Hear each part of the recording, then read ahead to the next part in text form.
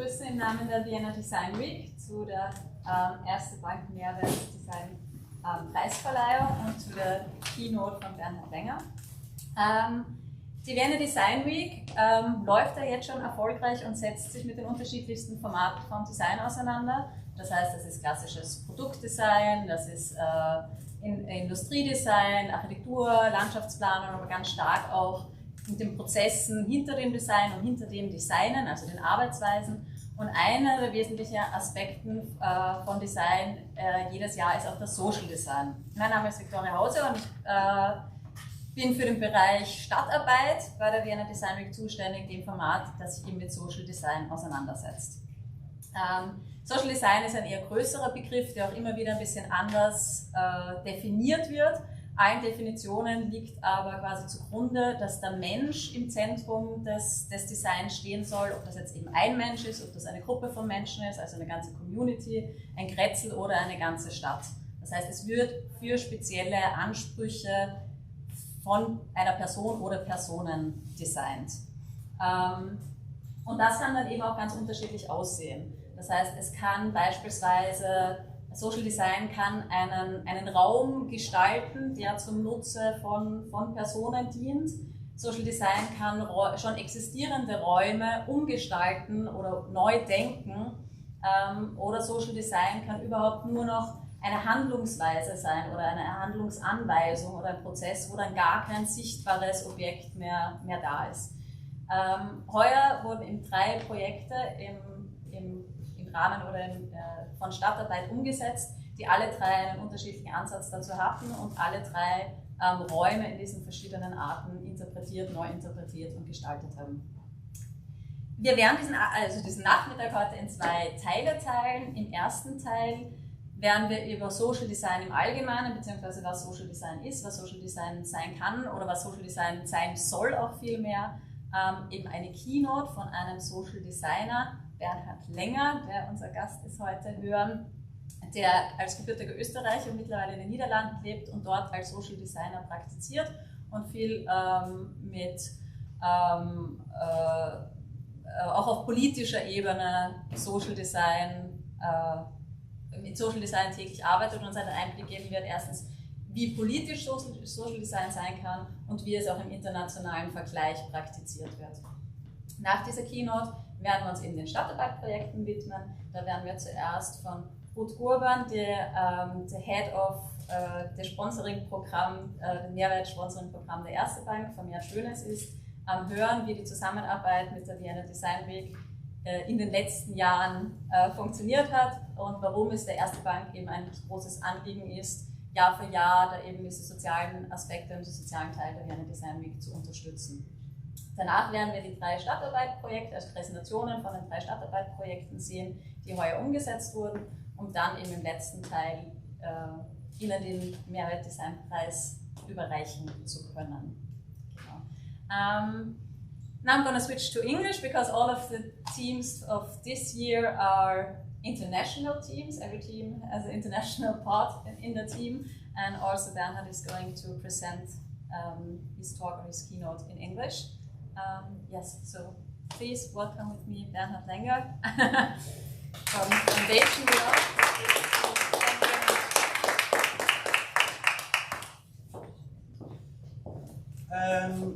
Ja, danke schön. Ich will Ihnen mit meinem Kärntner Dialekt mit Mix von Holländisch antun. Also darum das habe ich gar nicht mitgekriegt früher. Es wird langsam schon ein Mix zwischen Holländisch und Kärntnerisch, also darum ist es für mich auch einfacher, es in Englisch zu präsentieren. And because we have a lot of international guests here as well, I would like to talk in English. You can always ask questions in German if something is not clear. I want to talk a bit about what I do within my design practice. My name is Bernhard Lenger. I'm a social designer and a consultant within my own design studio in the Netherlands. I'm based in Eindhoven in the Netherlands, and I work with municipalities, NGOs, and different organizations that want to create change within societal issues, as broad as the term can be defined. But I'm also one of the 8 co-founders of Foundation We Are, which it started as a collective, where we had the idea of looking into human rights and what we can do as designers within human rights. But it kind of grew from out of this collective now towards an organization that facilitates the design process between NGOs and designers, experts and designers, scientists and designers, because we believe that the collaboration is really key aspect when you want to work on social issues. And to explain a bit of like how we got there, I want to start with a project which I personally worked on in 2016. I graduated from the Design Academy in Eindhoven with the idea of what could I do as a designer on international law. I was at ICC in 2016 to research for my graduation project. I asked them, are you working on environmental crimes? And they said no. So the ICC is the International Criminal Court in The Hague, which deals with crimes such as genocide, war crimes, crimes against humanity. And I thought it was crazy that they didn't work on environmental crimes, especially already in 2016. It was something that is absolutely urgent to work on. And I thought, why not propose this? And I met a wonderful lawyer who unfortunately passed away already, Polly Higgins, you see her here in the picture, for whom I made an awareness campaign for the law she wrote. She wrote the law Ecocide because she was for her whole life fighting for making environmental crimes, environmental damage as illegal as genocide. And then I graduated, I got invited to The Hague to present my work in front of a group of human rights defenders. So when I was there, I had a really great day. I just joined them in the program which they had because they were really absolutely amazing people. And one of the women, she told me at that day, Bernhard, if I would tell in my home country that I work on women's rights or that I'm gay, they most likely would kill me the day after. And this sentence, it moved me. It really, I thought, what could I do to support a person that works from such passion on that we have equality in our society? What could I do as a designer? And I didn't know. I was 27, I don't know, I just graduated, I was completely lost. But like kind of working on this idea 2 years long, I found 7 other crazy designers who said, yes, let's research this. Let's look into what we as the creative practice can contribute to the field of human rights. So we came up with the idea of what if we bring a designer together with a human rights defender in a very close collaboration and see what happens, what concepts do they come up with. And at that moment we met an organization called Justice and Peace who brings human rights defenders to the Netherlands for a period of 3 months to give them a safe haven when it gets too dangerous in their home country. So it was a perfect moment. We could experiment for 3 months with the human rights defenders and create a project that looks into what we as a creative field can do. And in 2018 we made an exhibition about this, and I would like to show you the introduction of the exhibition. It was with an audio tour, so you will see a video which explains a bit of like our thoughts and concepts behind it. I'm just going to check if the sound works.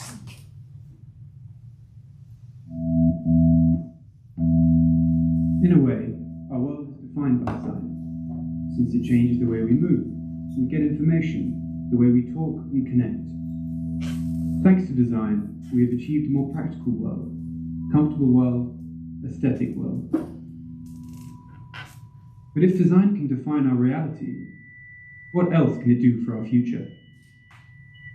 We believe that design has to look into ethical problems so that we can create a more respectful world, a more inclusive world, a more equal world. How to make a law? When did we decide what is right? What is just? What is just? Who made our rights?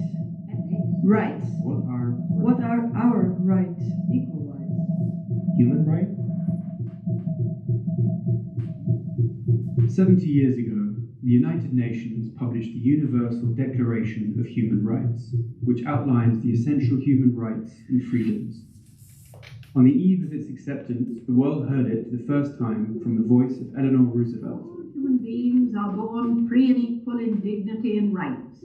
They are endowed with reason and conscience and should act towards one another in a spirit of brotherhood. Everyone is entitled to all the rights and freedoms set forth in this declaration, without distinction of any kind. Human rights are designed for everyone, but some people, companies or governments take advantage of the most vulnerable by buying their rights, denying them with violence, or twisting them through a Facebook account. That's why there are people defending these rights. They risk their social, economic, and physical safety to do so. Human rights defenders.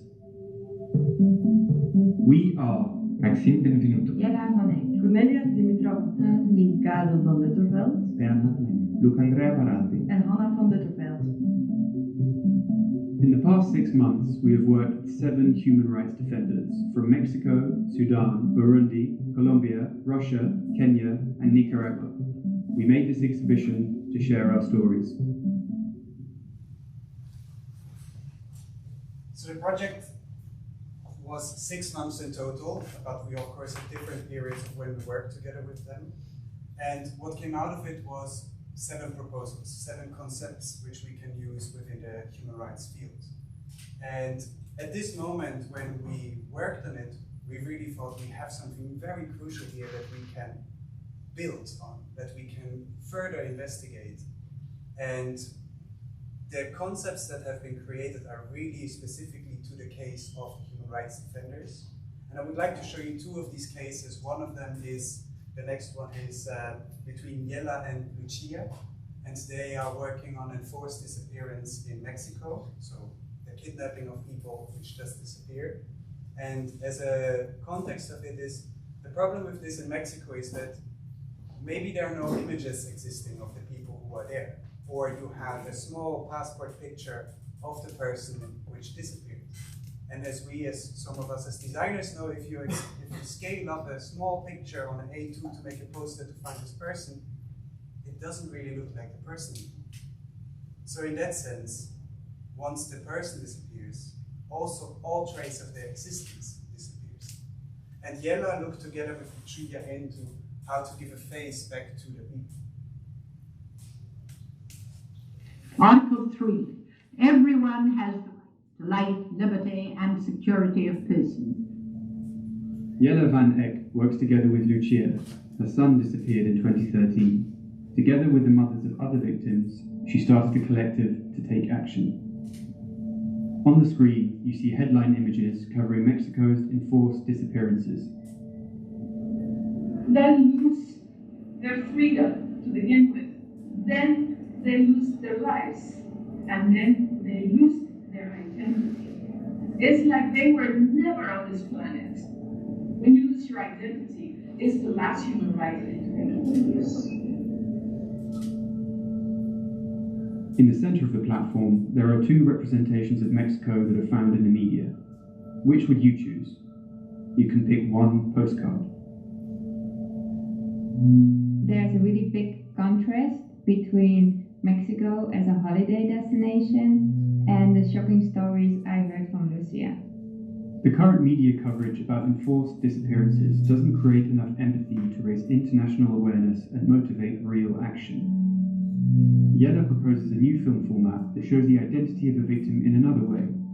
She creates a negative portrait, illustrating the voids that these people leave in their communities. If you think about it, the only things that the victims leave behind are objects and relationships. In Lucia's case, she rearranged her kitchen. She always enjoyed breakfast together with her son. After he disappeared, the empty chair became a painful reminder, and she decided to move it to the end of the room.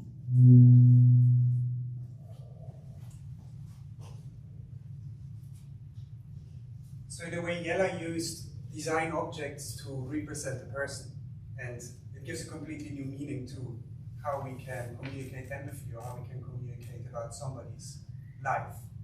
And what was quite special, which we did in the exhibition in 2018, was that I don't know if anybody of you has ever been to Dutch Design Week, but it's madness. Everywhere there are things, everywhere you can look at stuff. Nobody really looks at it long enough to understand because it's just too much. And so when we had the exhibition, we said we don't want that. So we forced people to take 15 minutes of their time, and we said only if you say that you're going to stay for the whole round with the audio tour, you can enter. There was no peeking behind the curtains, nothing. And what happened when you really force people to do something like this?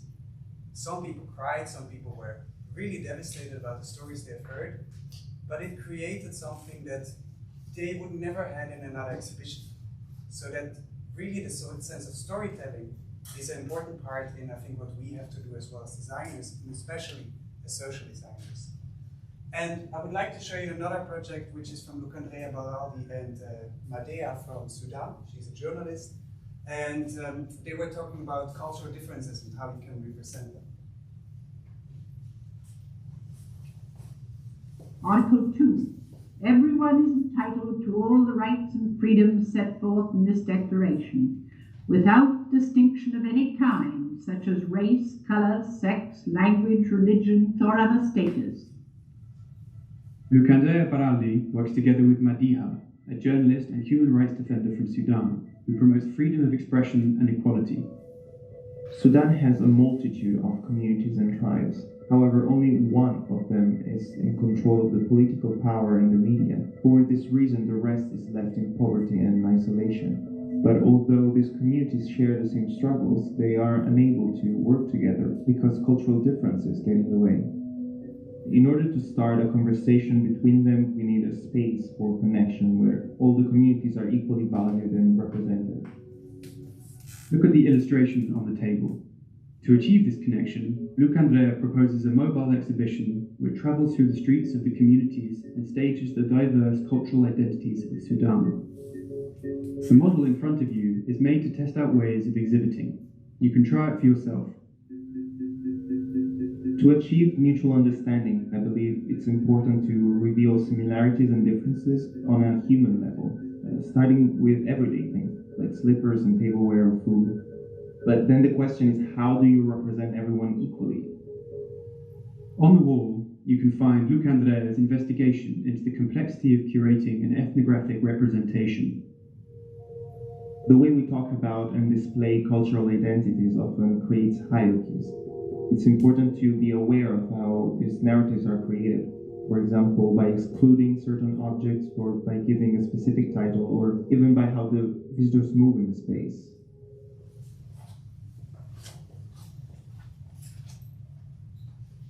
So we have done this research. We were really happy with the outcomes of it. We made a publication to share all the information because we want to have more people working on this.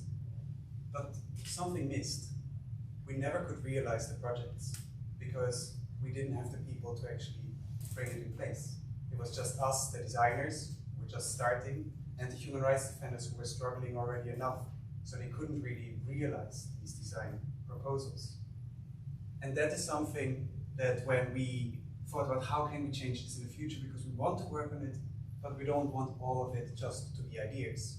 We thought that there is no place for a designer like us who just really is passionate about social issues, where you can go to and say, I want to make this project, and somebody who helps you with it.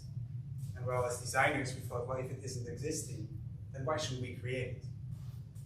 So with this group of people, which you see behind us, behind me, we started and say, like, let's make our own organization. Let's make something that looks big enough to be respected by an international audience, but also something that gives us the possibility to experiment with design. So we started Foundation We Are as a platform for us to experiment. But also, like, you have to imagine in the Netherlands, there are a lot of foundations. It's not really something that makes it's really special. But if you go to an international country, to somebody else, and you say, I'm the chairman of this and this foundation, everybody will think like, oh, there's a lot of money there, so there's some kind of power there, and which was wonderful because we got invited to talk to MEPs at the European Parliament, we got invited to talk to a lot of different organizations, we got to talk to NGOs, which we as individual designers would have never been able to talk to. But we used a certain language as a tool to represent what we really believe. And you see here collaborative design for societal impact.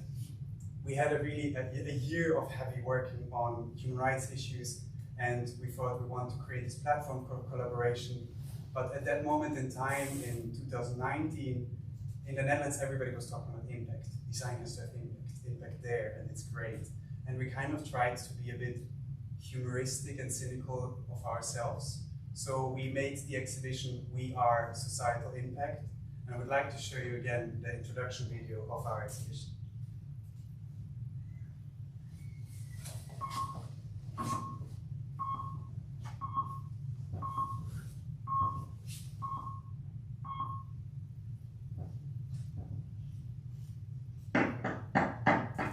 We are societal impact. In the field of design, we quite like that word, impact. It is meant to convey the positive effects that a piece of design has on society at large. However, sometimes we use it a little carelessly, as an attractive slogan, to put the designer on a pedestal, or to justify the existence of a product. The splendor, for example, impact.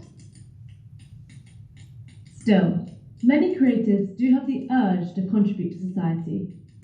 This includes us, the designers of Foundation We Are. However, this begs the question, how can design effectively create impact? Foundation We Are believes that real impact can only be achieved through collaboration with experts. In particular, we apply this philosophy to specific societal issues, which we organise into 5 programmes. 1. Systems of governance. 2. Civic society. 3. Culture of information. 4. Justice in the Anthropocene. And 5. Ethics of technology. We would love to show you some of these collaborations. The map around your neck will guide you through our 5 programmes. You may now enter the door to your right.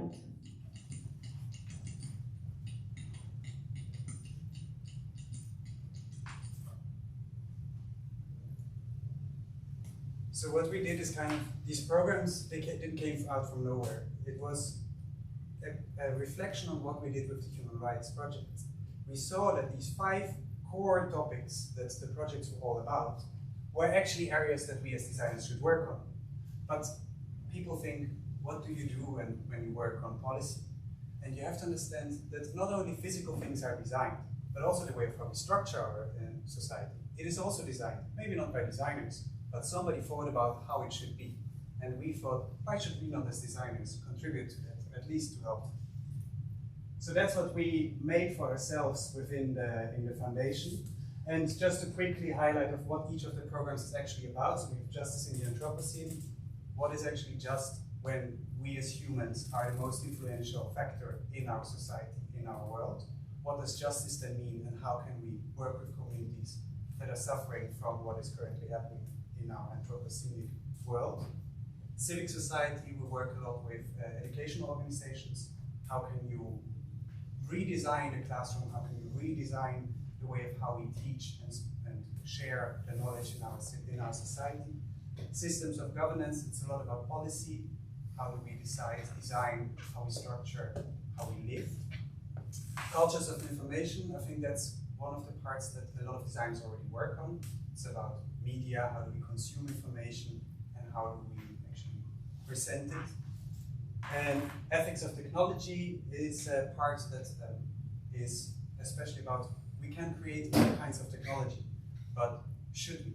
So that's the question which we want to raise in there. We'll work together with scientists, figuring out how we as designers can help to share a different view. And the foundation exists in itself to create a context for collaboration, so that we help organizations that might have a societal issue but don't know where to start it. We tell them, come to us, and we can find a way that you can work with a designer on it. Because maybe an organization doesn't know where to begin, and maybe a designer doesn't know how to approach them. So we want to be the in-between link. that actually allows this collaboration, which we think has a lot of benefit. And we do this through 3 ways, just quickly to talk about that. The incubators are the way of how we work. So that's the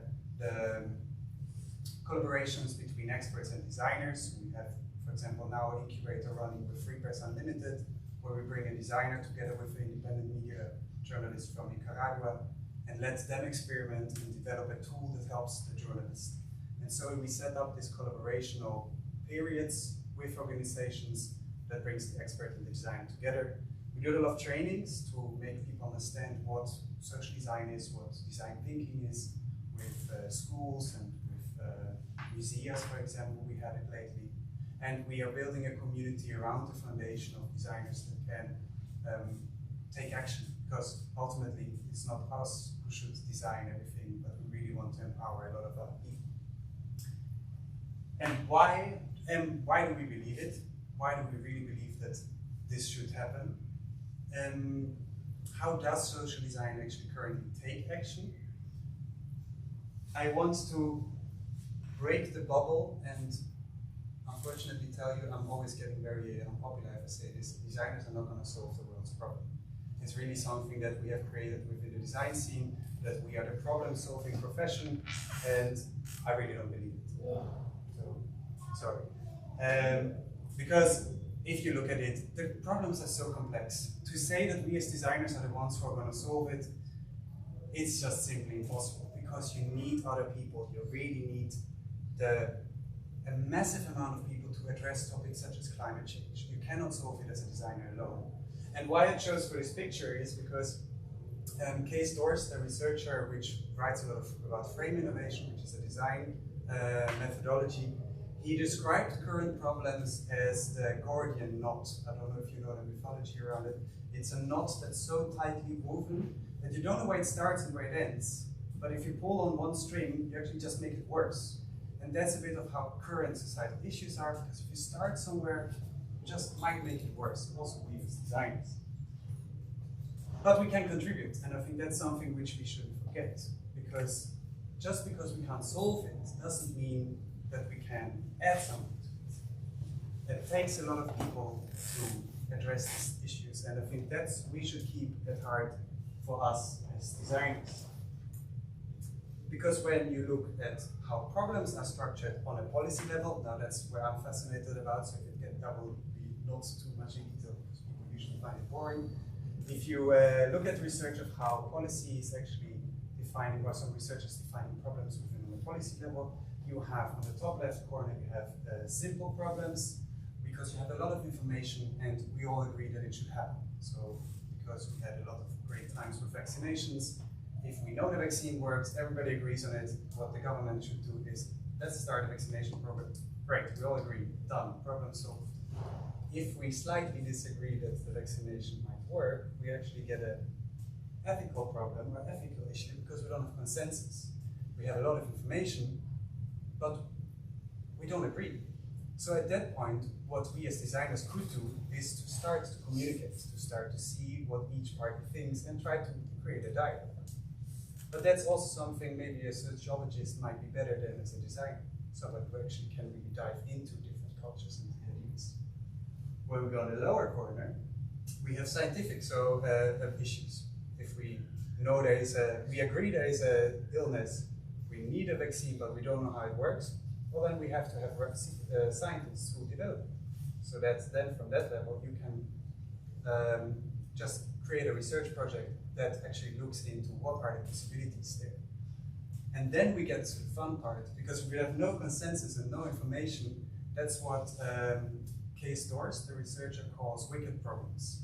And it's a term that is also used more times. This diagram, by the way, you can find it by Arno Korsten, or also in a wonderful book which is called Designing with and in Public Organizations by André Chaminet, who is a consultant in the Netherlands. It's really a great read. But the wicked problems are the fun part, because those are the ones which are the Gordian knot. If you make a solution for this problem, or part of the problem, you might actually just create 5 other problems somewhere else. And that's something which we as designers sometimes forget, that we have to have a broad view on these topics so that we can actually see what are the influences of our actions.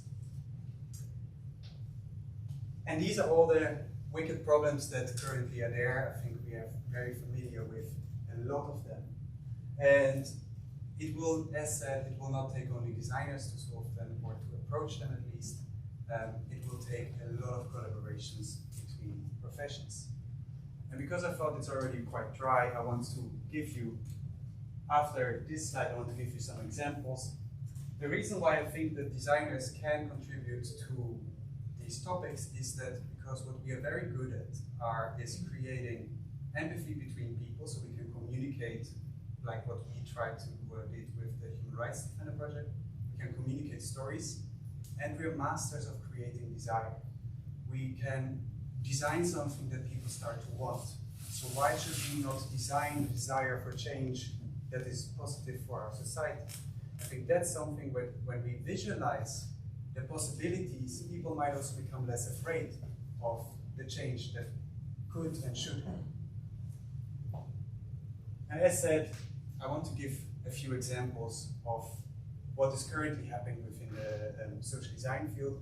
A lot is happening in the Netherlands. It's very, it's not that often that actually designers work on certain issues outside on the world. It's mostly spatially related, but I want to show you some policy-related or government-related ones. This picture, I quite like it because when I moved from Austria to the Netherlands, this is a bit the gardens we have. So it's like completely tiles. It's really easy to maintain. It gets very hot in the summer, and it's one of the reasons that a country that is underneath the sea level experiences drought. So the Netherlands, who are masters of pushing away water, actually now experience that they don't have enough drinking water for some communities.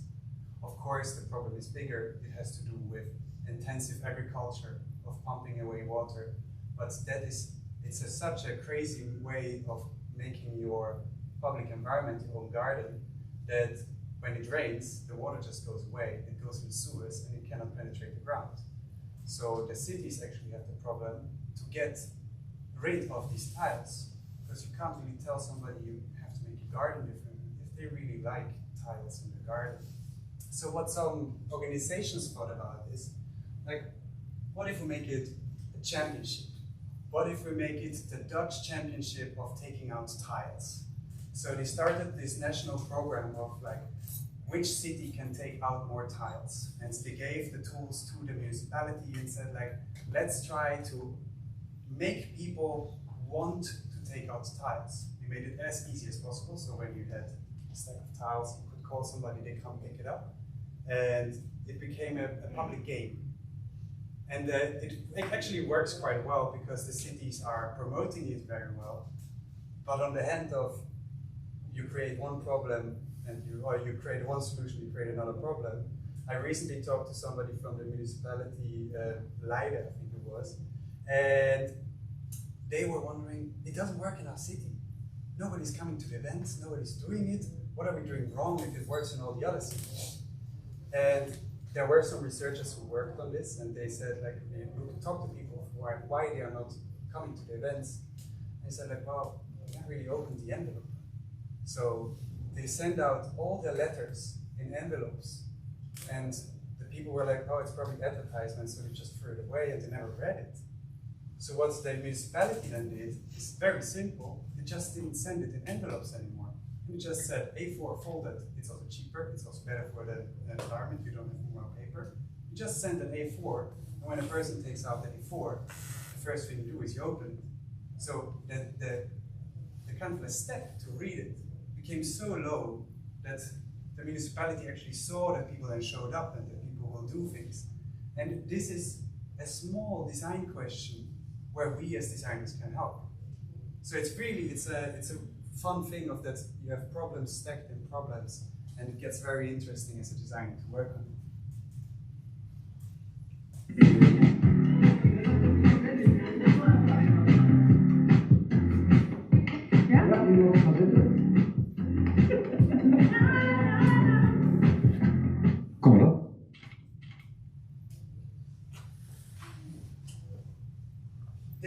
This project, I really like it. I'm jealous that I've never thought of the idea, But TAUSCHEN, a Dutch designer, worked together with the Dutch police, and they created couples of a designer creative with a police person. And they looked into what comes out, so similar what we did with Preisverleihung, so you understand that I'm jealous that I didn't think of it. What comes out of it when you put them together?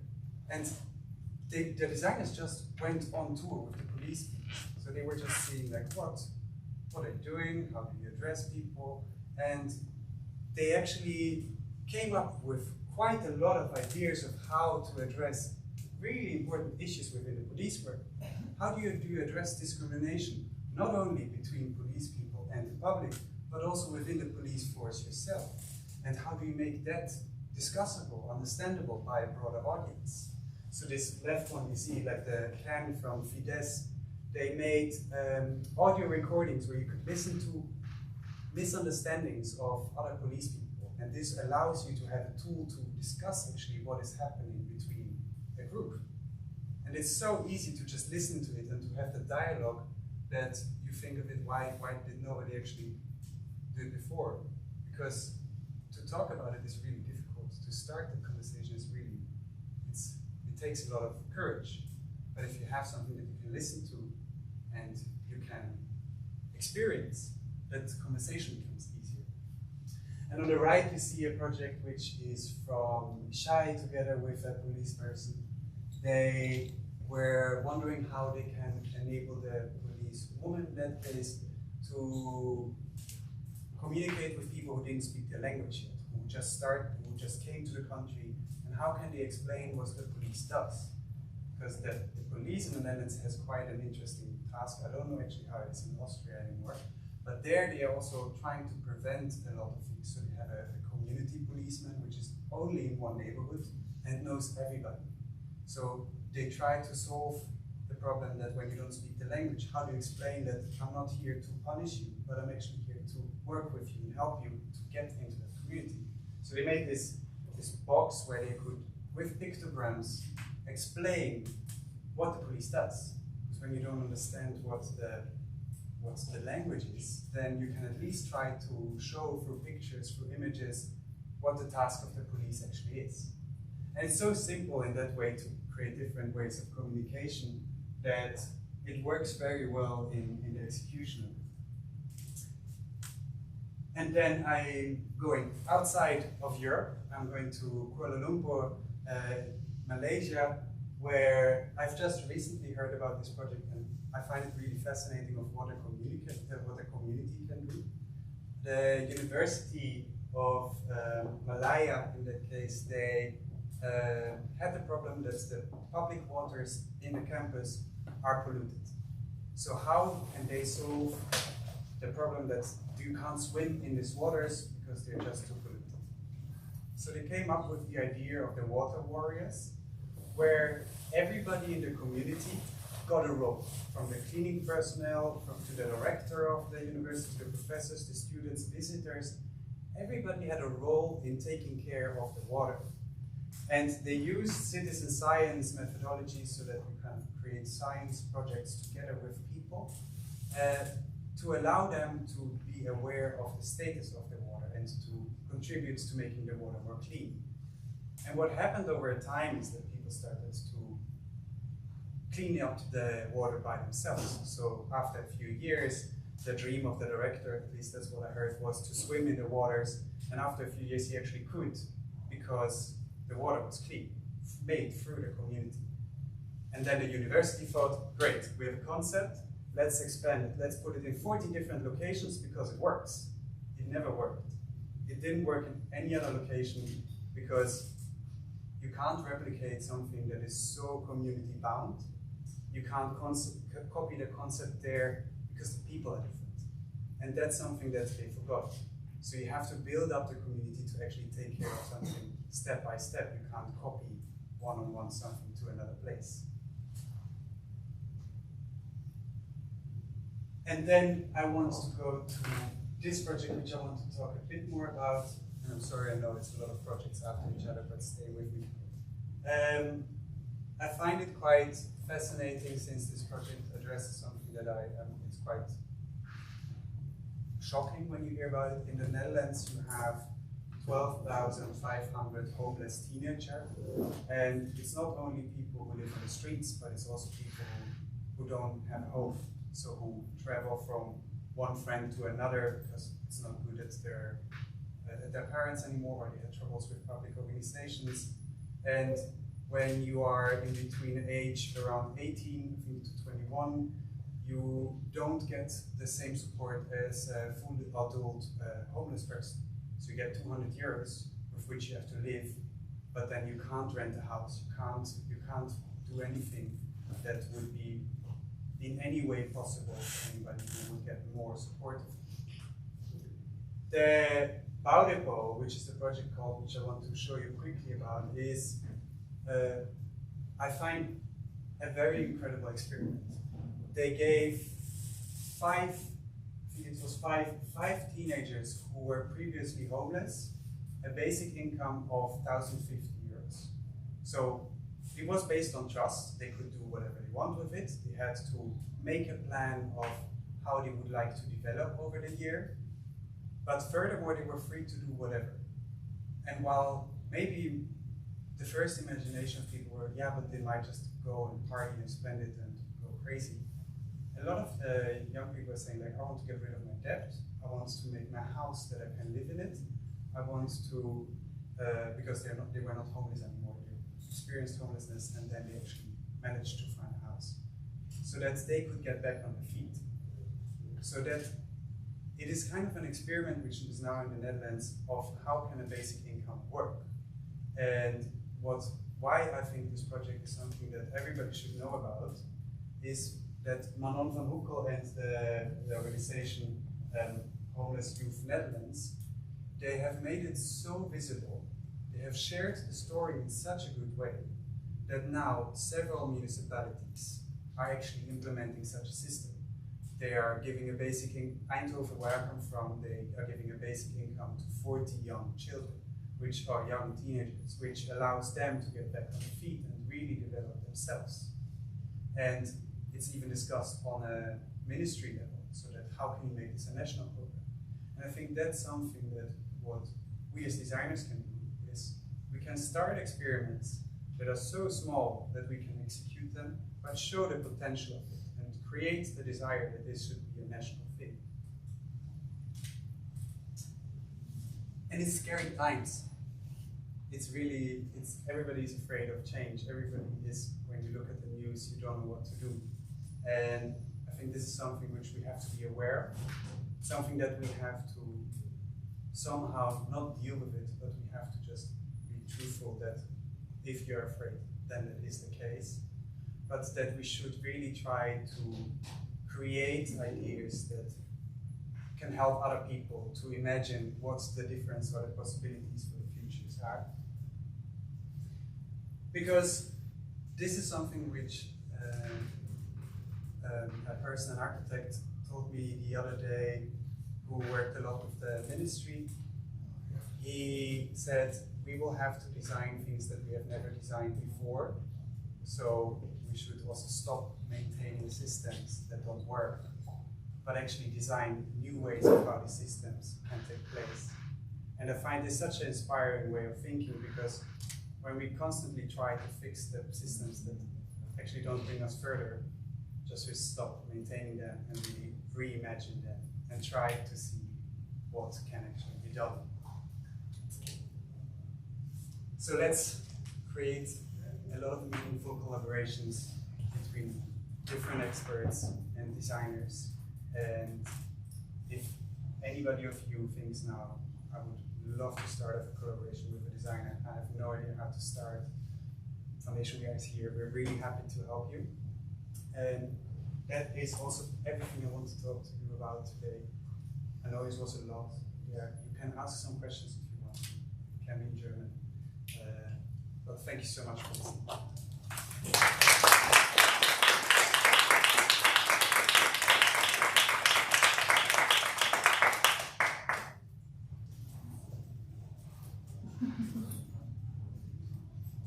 Does anybody have a question? Kann man auf Deutsch. Es ist echt schräg in der Mikrofon. one of the things why I was interested in inviting you here is, since you're born in Austria, you have an eye on Austria, the way you mentioned it, but you've spent all your professional career in do you have a view on how designers maybe tackle societal challenges differently in different countries? I feel like that, for instance, social designers in the Netherlands, at least I perceive them as very self-conscious. Like they they know that they can contribute something, and it seems like they have a lot of resources to do the stuff they want to do.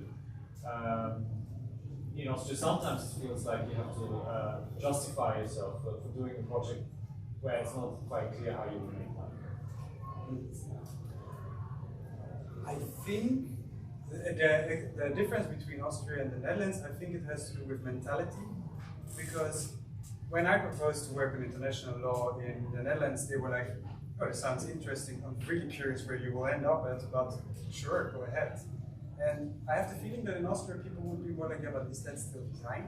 What are you doing? So I don't know, that's my perception of it, that because the Dutch were tradespeople, they had to always see of like how to work with different ideas in different cultures, that their mentality in themselves is more experimental, that they try out different things. And I think that because they did this, municipalities and other organizations, they see the benefit of when you bring in a creative in the start, because it actually can save you a lot of money in the end. I have an example for that. I'm working on a reconstruction of an area around Eindhoven, where 2 years ago I already told the municipality, be careful, the business people around there, the shops and the restaurants are really scared, because they're just on the beginning of Corona, they had already a difficult time, and now you tell them that in front of their terrace there will be a huge construction site, which will reduce their terrace, and they might actually have no customers when it opens. They didn't act quickly enough, because municipalities, it takes time in the public sector, but that made the business people around there add a complaint, an official complaint, which delayed the construction for 2 years. And now you can calculate kind of like, okay, what would save more money? Is it's like a delay for a huge, immense construction site of 2 years, or to hire somebody who actually engaged with the community in the beginning. So I don't know if anybody ever calculated this, but it would be wonderful to see, because I think the money can be definitely explained.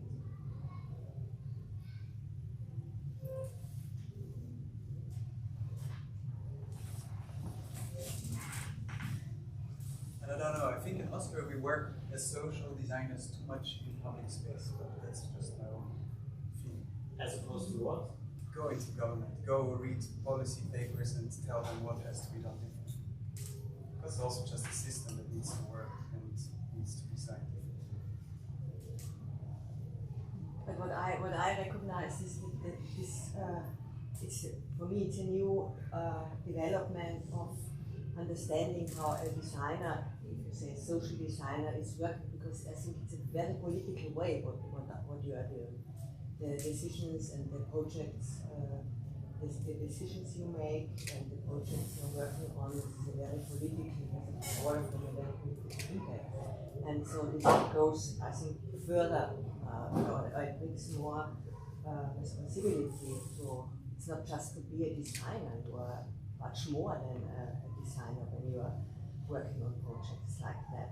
It's not so easy to be every time to be the good side of the world. You are presenting the good side of the world, but I think there's a lot of more things which we have dealing with, and it's a very complex thing. Even when you think about the example you're bringing about the vaccination, and we all know what this project brings in the society. We have a divided society with this vaccination. I think it's different in the Netherlands, Austria and other countries. Yeah. But it's a very interesting aspect to bring to me, or brought to me. But it's also to have a look, I think. I think we as design sector have to stop being cute.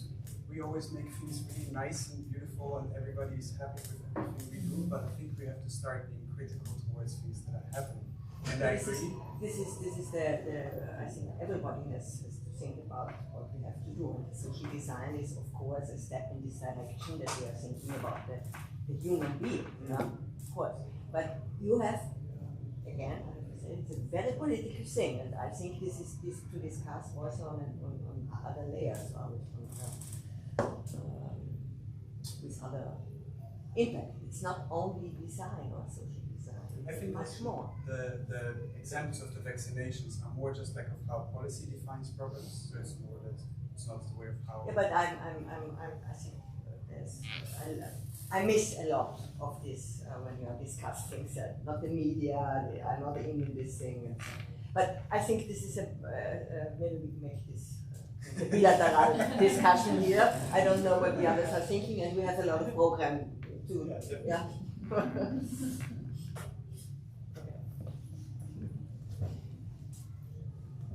Thank you very much. If you have other questions. One more question, maybe?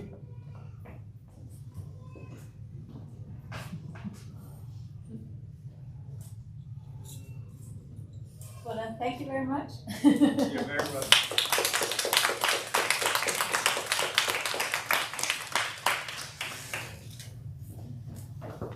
Ich werde jetzt wieder mal kurz den deutschsprachigen Teil übernehmen und dann übersetzen. Wie versprochen kommen wir jetzt zum zweiten Teil des Nachmittags, also der sich konkret mit den Stadtarbeit-Projekten, also in dem Social Design Format der Vienna Design Week auseinandersetzt und zur Präsentation von den diesjährigen Stadtarbeit-Projekten. Zuerst möchte ich aber eben Ruth Gurban, die wir gerade schon gehört haben, gleich zu mir bitten. Sie ist zuständig für das Sponsoring-Programm der Ersten Bank, ohne dass das Format Stadtarbeit, so wie es existiert, die letzten Jahre nicht existiert haben könnte, ohne die Unterstützung und auch ohne den inhaltlichen Input, den du uns da immer gibst. Daher möchte ich dich auch gleich bitten, ein paar Worte über das Sponsoring-Programm und die Zusammenarbeit mit der Vienna Design Week zu verlieren, beziehungsweise wie die Stadtarbeit-Projekte ausgewählt werden, Jahr für Jahr. Okay, ja, danke vielmals. Ich werde mich hier kurz fassen. Was ich interessant finde, wir haben, also ich verantworte das Mehrwertsponsoring-Programm Vermehrt Schönes der Erste Bank. Wir haben das sehr schön gemacht.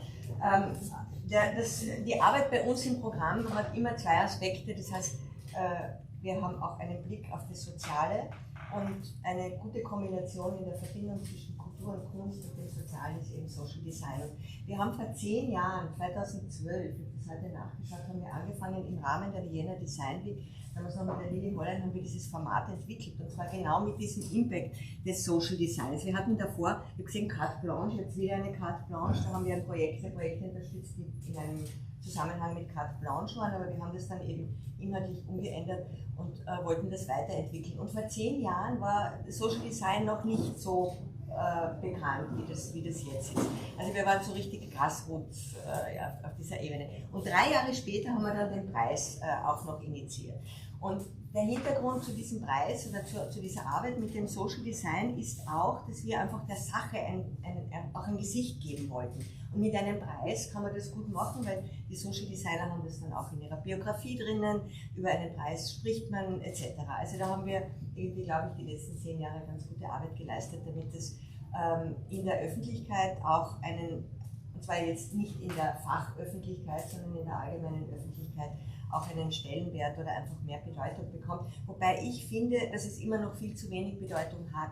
Wir merken das auch bei unseren Ausschreibungen. Also ich würde mir wünschen, dass da noch viel mehr Enthusiasmus in der Menge da ist. Ja, vielen Dank für diese langjährige Zusammenarbeit mit der Vienna Design Week, die deswegen auch so lange ist, weil man so gut mit euch zusammenarbeitet. Es macht Freude und man kann das entwickeln. Und wir haben wunderbare Projekte heute, die uns jetzt noch präsentieren werden, ihre Arbeit, und diese geben ein gutes Bild ab. Also ja, wir werden dranbleiben. Ich halte das für enorm wichtig. Dankeschön. Vermehrt Schönes, ja? Bleibt dabei. Vermehrt Schönes. Von diesjährigen Stadtarbeitprojekten standen unter dem Thema Tauschen, Teilen, Handeln. Und unter den Einreichungen haben eben 3 Projekte da besonders überzeugt, die während der Vienna Design Week realisiert wurden.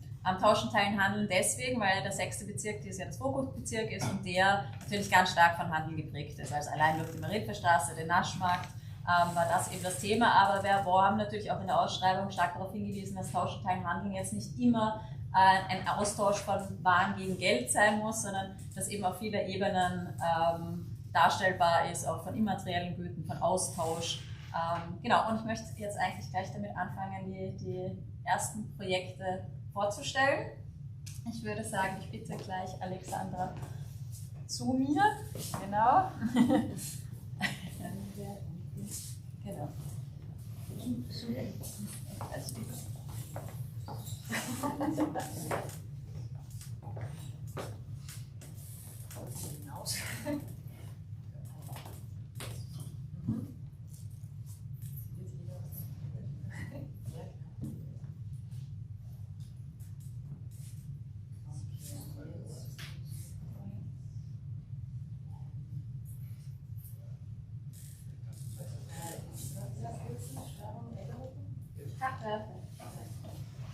Alexander Kunstdorf, Julia Fabro und Nina so the Garment Ones. Genau.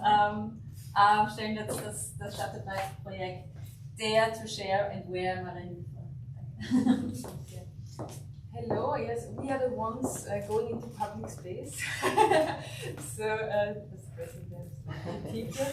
So yes, in our work, we have in our collaboration, Nina Santino is a performance artist, Julia Fabro is a design student, and I'm a designer and researcher. And in our collaboration, also in the previous years of our work, we want to address the scandalous fact that a garment or piece of clothing is sometimes cheaper than a beer in a Geisel. This is always my opener. Because garments, they traveled so many thousand kilometers and they went through so many hands, and they are made from such complex resources that this just cannot be right. And this we want to address also in this project, which is actually a very simple concept. It's a clothes swapping, a public clothes swapping, so people can come and exchange their clothing with others. That's of course inspired by the open call to share and exchange.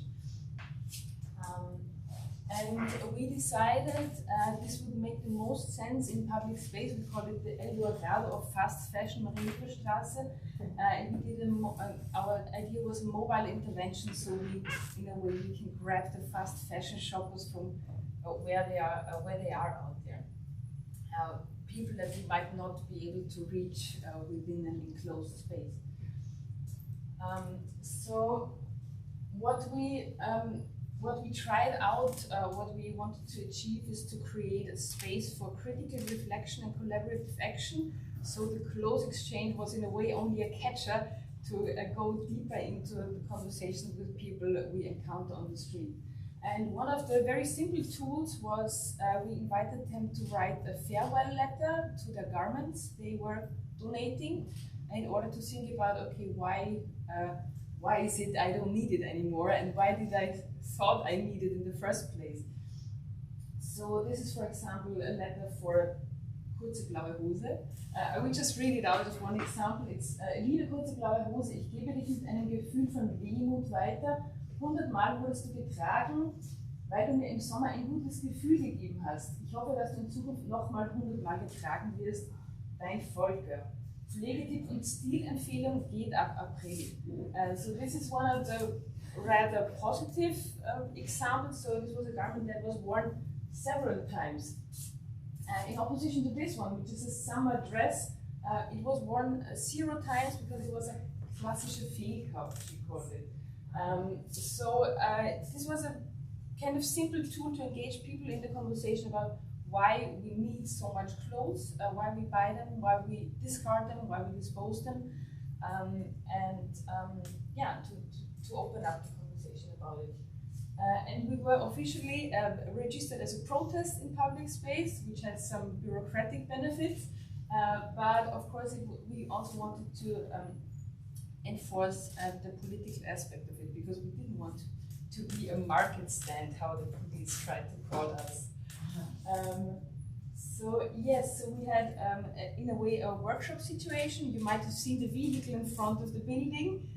We came with a trailer. We couldn't fit through that door. It was the plan to come through the door, but it was some centimeters. Yes, we have a kind of pop-up trailer where people can, and some tables where people can interact and try out different things. And we also have the garment monster with us to remind us of what garment industry is, and to be this shadow communicating also the massive amount of garments that are disposed of each year that end up in places we on the other side of the planet and are out of our sight and out of our minds. So now I have a video. I have to switch here. It's just a little, a bit of a. I'm searching for a mouse again. Sorry. I don't find the cursor. So now I have it. Just to give a bit of a feeling of our public ways. Okay, we can see what happened again.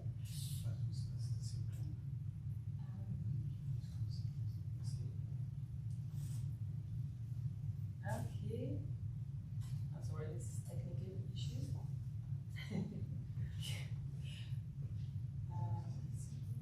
But we have to move it.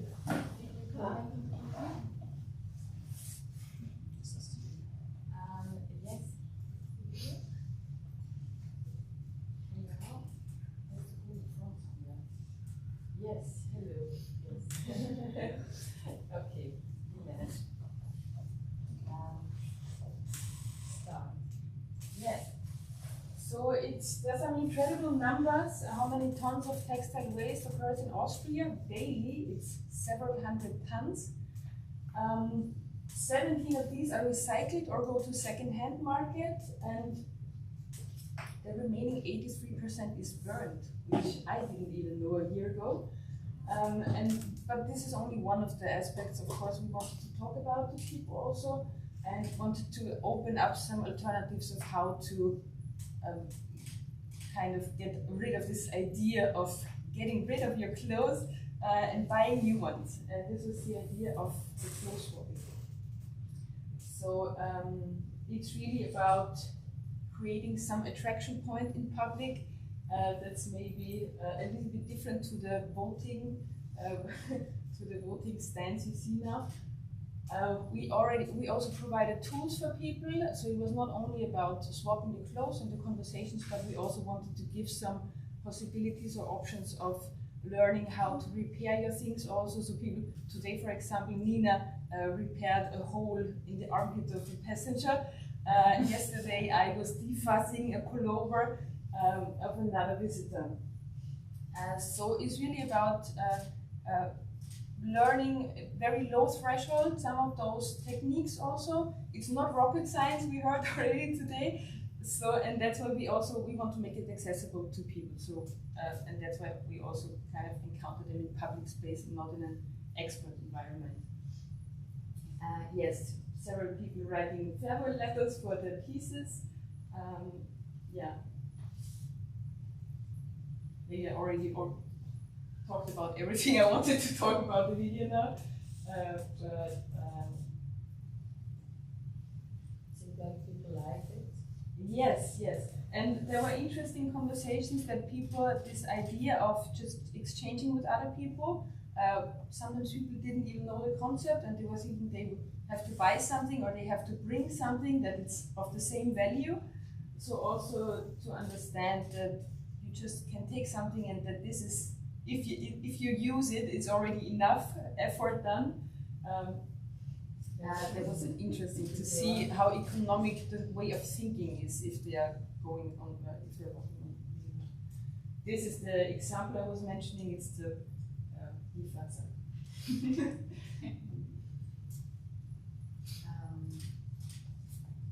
Yes, and I want to mention one quote from Julia, which she said to a passenger. She said, "Clothes, it's very important that it fits you, but it's also important it fits the planet and the people who make them." So yeah, I want to conclude with this. Okay, and just so you know, because this is the program, you only see it briefly, but we will be on tour also tomorrow afternoon and on Saturday at Bundesländerplatz and tomorrow on Christian-Broder-Platz. So if you want to learn how to do visible mending, or if you have a pullover to defuzz, you can pass by.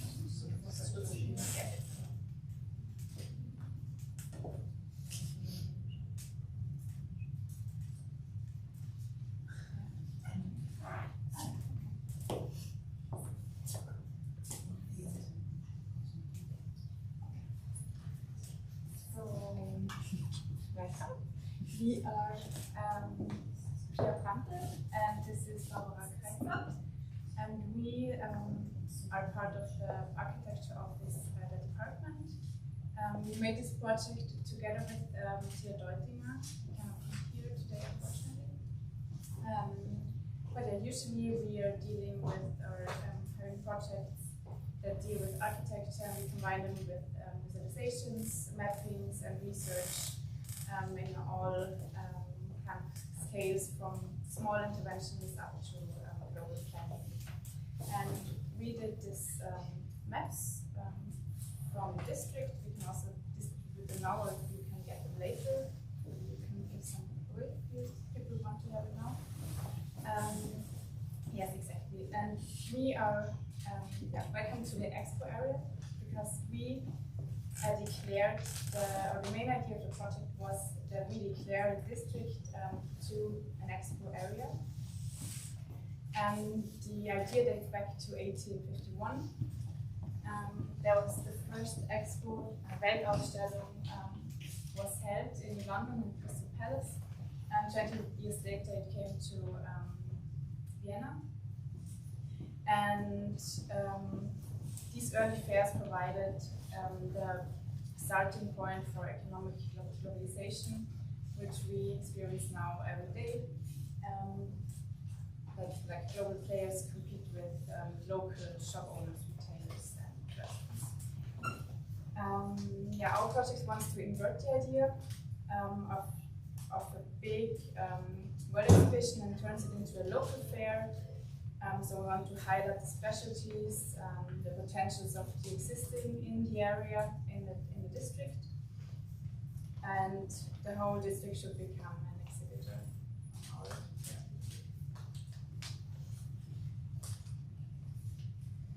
So the central communication tool of the project is our map. The map is a result of an extensive research process, which started online and then was executed on the site as well, to check if the information was correct and that all the entities that were non-existing on the site. Soon we noticed that different bubbles emerged of concentrated activities in the district, which were showing the identity of the district.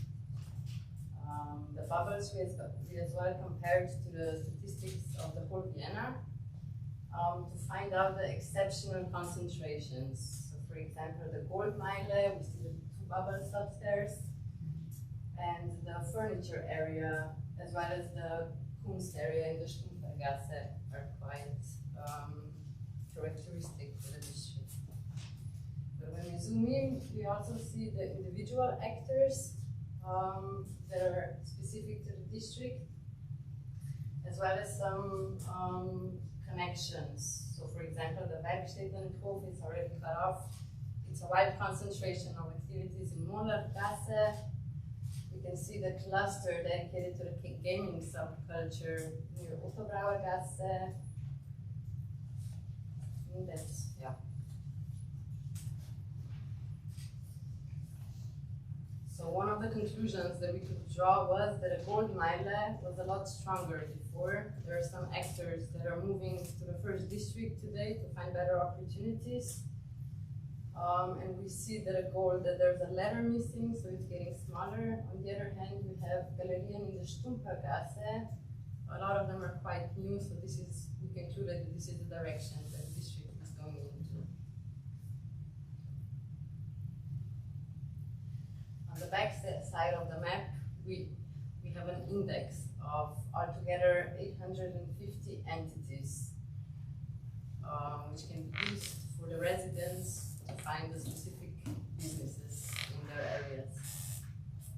And there we not only show the shops that have presence in the street, but also like things that are upstairs or in the first level that only can be seen are visible in the street with signs or at the doorbells. So and that's what we did mainly. We were based on Kundinplatz in the 6th district, and from there we did some tours throughout the district. So we have this info point you can also see here, which turns into a tray, into a Bauchladen, and we were giving out the maps to passerbys and got into conversations with them about the district. We also always wearing our overalls, so we really, throughout the last 10 days, we became pretty good with this. And we also put some stickers to our friends, and we will also be able to, or allowed to place the maps there, that all the shops become more visible. So in order to bring the project closer to the people, we organized 3 guided tours throughout the district. We formed 3 topics that we found were characteristic of the district. The first one was called the Playful Human, which was dedicated to the gaming cluster. The second one was called Arts and Classics, which represented the art gallery cluster in the Stumpfergasse. And the last one is called Craftswomanship, which will happen tomorrow, and it's dedicated to all the craftswomen of the 6th district. So during the tours on one side, the shops open up their special words to us. We saw, for example, the MOBA Modelleisenbahn, which is the first train model shop in Vienna. They shared a few secrets with us of limited edition train model making.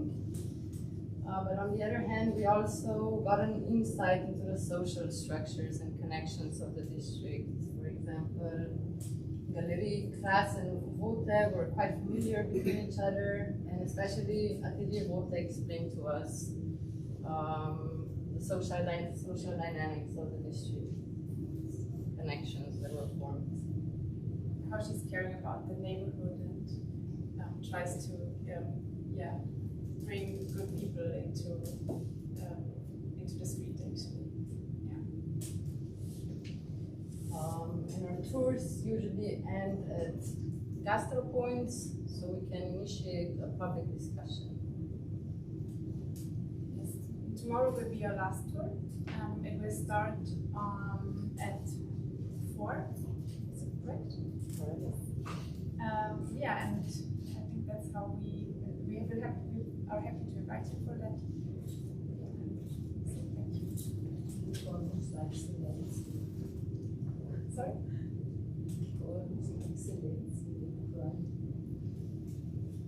It's the Bezirksverstehen.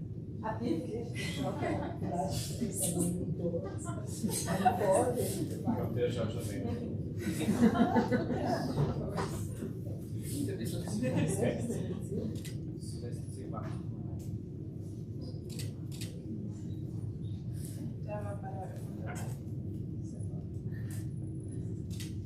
Da gibt es Fragen, oder? Wie lange war das jetzt? 10 Tage? Ja, genau.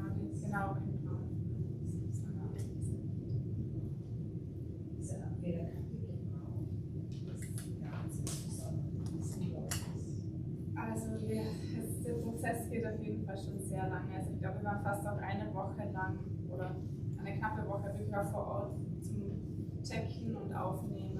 Und dann natürlich Gespräche mit den ganzen Besitzern und Besitzerinnen, die die Tour mitmachen. Ja, dann alles das zusammen. Ja.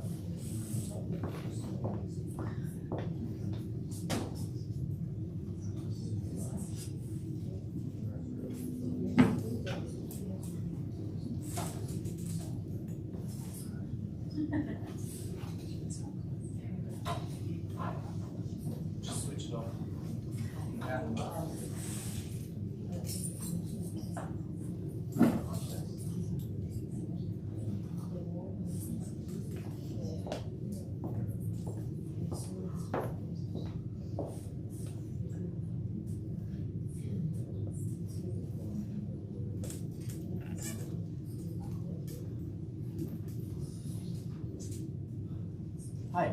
Hi. Very responsive. Yeah, doing a proper. So, we are here to present the Instant Noodle Repair Cafe, which is our instant noodle restaurant that we've been running since the beginning of the United Design Week until Sunday. And it's still running now. It's still running now. That's okay. I'm Pierre, by the way. Oh, I'm Diego. And actually, this entire idea started in our home in Eindhoven last year when the Vienna Design Week was making an exhibition for Dutch Design Week. And at the end of the week, they were left over with part of their scenography. And we were wondering, what are we gonna trash those piece of furniture? Because there was like those big plastic buckets. So we decided to take them and do something out of them. And we came up with the idea of the noodle oven, because those big lanterns actually kind of look like a noodle instant ramen cup. And we just started. That's literally the basis, infamous instant ramen that has a lot of connotation for each one of us. For us, it's a very cheap meal, but very filling. For people, it's like the food they bring in plastic molds. For others, it's like just midnight snack. It's very connotative, it's very democratic, it's insanely cheap. Everybody knows it, and most of people likes it. We have a lot of flavors as well, so a lot of possibilities with the cook. So from that point, we wanted to explore a bit the culture, because there's plenty of culture. And it all started in, I think, 2018 or 2019, when that guy made a video of him repairing a sink by filling the sink with noodles, super glue. Yeah, he was sending it, and then as if nothing happened. So that day, the noodle became even more of a thing. It became. Yeah, everybody wanted to try to repair things. So this guy was the first one on TikTok, and he started with a sink, and then he went into toilets, cars, walls, anything could be fixed with him. Until he started to become completely what is going on? People repairing fruits with it.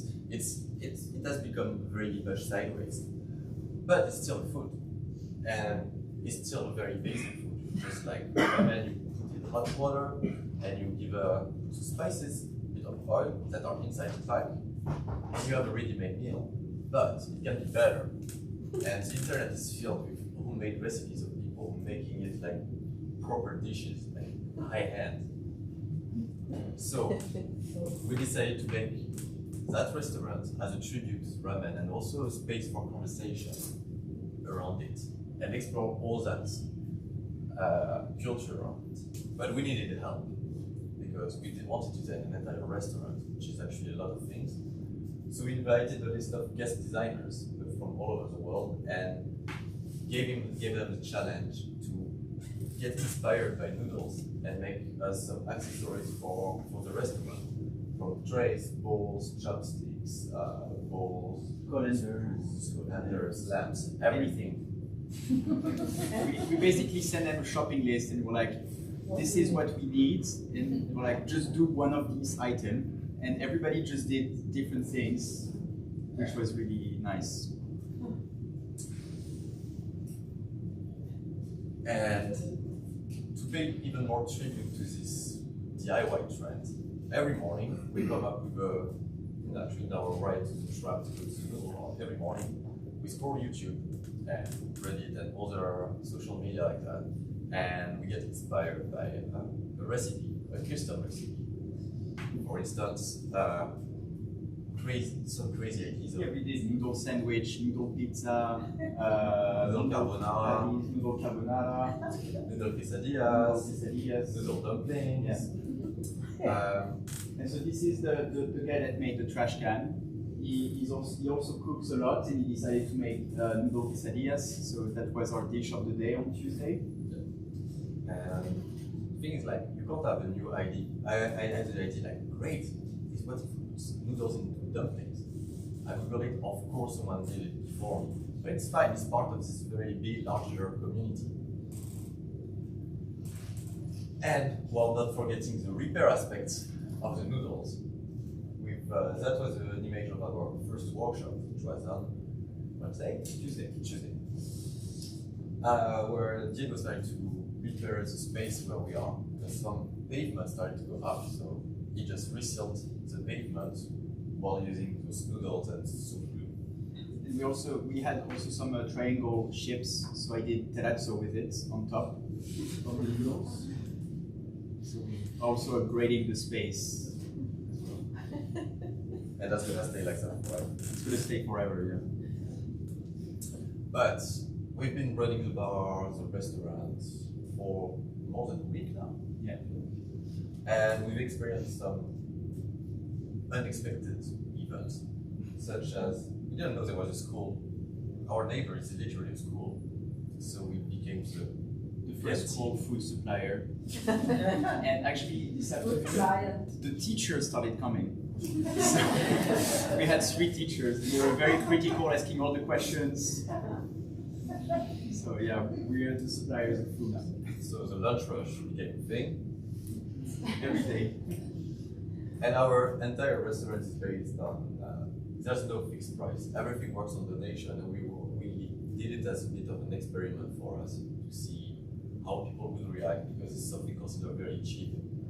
And I think the conclusion we can take is like, it's very funny because everyone gives, even if it's like 12 cents because you're 13 years old and you have only 13 cents.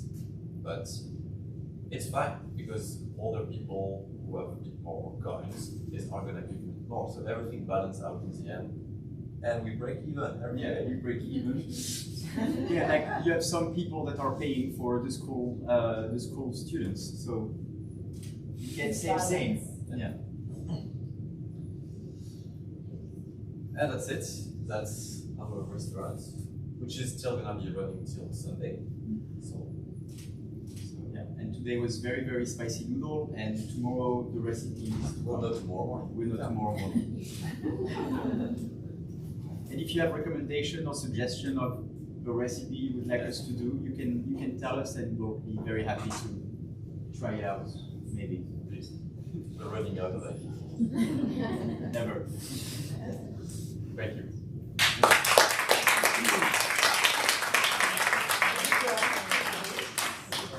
Sorry? I'm sorry?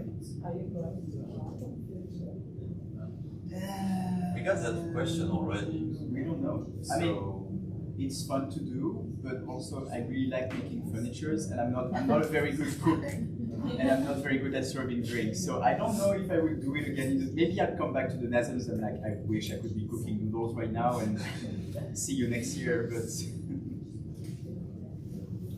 I don't know about you. If you will do it again. I need a year break. I've seen too many noodles lately. Noodle break. Yeah. It's a thing.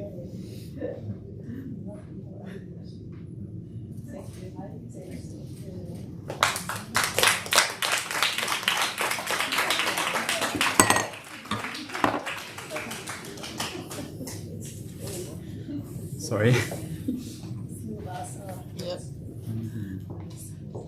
Well, I want to take the chance to officially thank all 3 teams of this year from Stadtarbeit for their great work and their great effort and time effort as well. So thank you very much. And now I want to invite Gabriel Roland, the director of Vienna Design Week, and also Ruth Kober again for giving you your well-deserved prizes. Yeah, I'm here now not primarily as the director of Vienna Design Week, but as part of the jury that selected the Stadtarbeit projects for Vienna Design Week, and which also had the pleasure to tour the projects and get presentations this morning. And since then the jury is sat back down. By the way, the jury consists of Ruth Kubran of Erste Bank, Clemens Foschi of Caritas, Caritas being a long-running cooperation partner and supporter of the Stadtarbeit program at Vienna Design Week.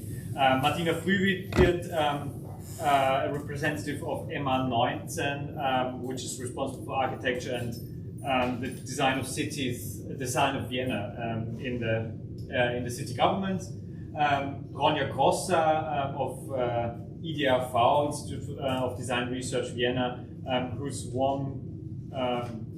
actually had multiple Stadtarbeit projects selected in the past, and with this great jury of experienced Stadtarbeit veterans, we had a look through the projects and wrote a short paragraph of analysis and explanation why we thought these projects were selected for Vienna Design Week 2020 and why we think how they think they made a contribution to this year's festival and to the city as a wider context. Since the jury discussion was in German, the jury explanation is also in German, so I'll have to read it in German. I'm not quite up to spontaneous translation. Sorry.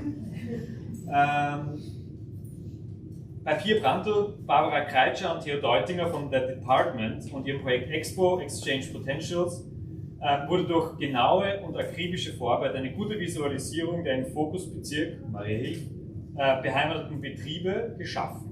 Diese bietet den Ausgangspunkt für eine genaue Auseinandersetzung mit dem Bezirk und seiner Entwicklung. Please, department, come join us. You get something from eine Urkunde, ja. Der Preis ist auch verbunden mit einer Urkunde und es wird auch noch ein Preisgeld ausgeschüttet in der Höhe von 5.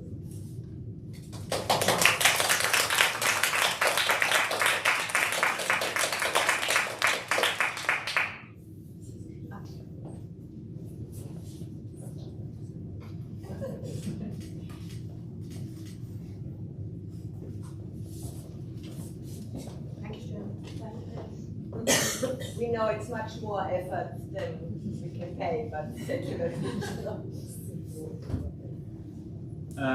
Mit dem Instant Noodle Repair Café haben Pierre Cassignola und Diego Ferre mit wenigen Mitteln einen Raum geschaffen, der mit einer Niederschwelligkeit und Offenheit überzeugt hat. Sie schaffen es, durch die hohe Qualität der involvierten Designprodukte und Designerinnen und Designer, ein Bewusstsein für einen Ort zu generieren und diesen einfach zugänglich zu machen. Diego, ja.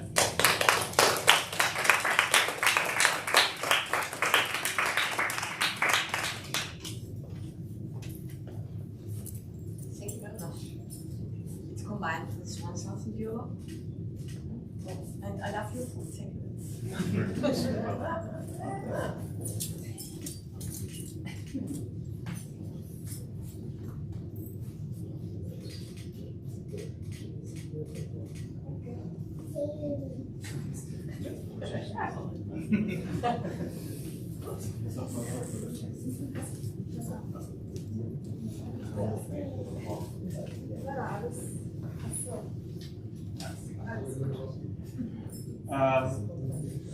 Alexandra Fußdorfer, Nina Sandino und Giulia Fabro überzeugen mit ihrem gut durchdachten Gesamtkonzept. Die mobile Kleidertauschbörse ist mit der Positionierung auf der Marienstraße stark auf den Bezirk eingegangen.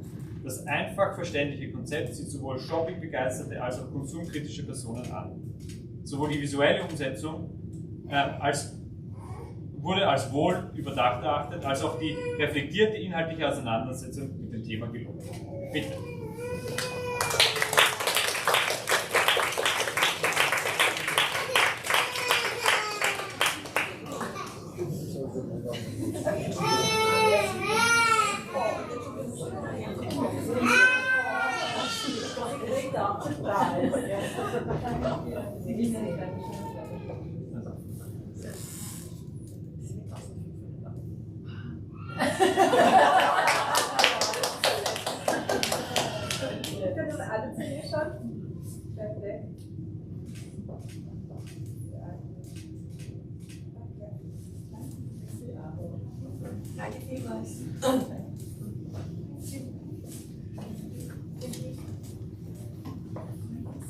So, thank you also from my side to all the projects.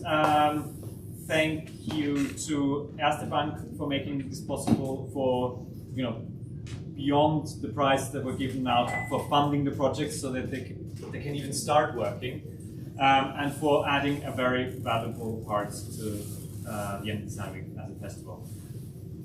Many thanks also to Victoria for making this run smoothly. Her first year as project manager in Design Week, for Design Week and for Stadtarbeit, great job. Also an invitation to discover not only the Stadtarbeit projects in action, which you can until Sunday, but also the other parts of Vienna Design Week. And a warm invitation to now join us for a couple of drinks to celebrate the great projects we had and have. And yeah.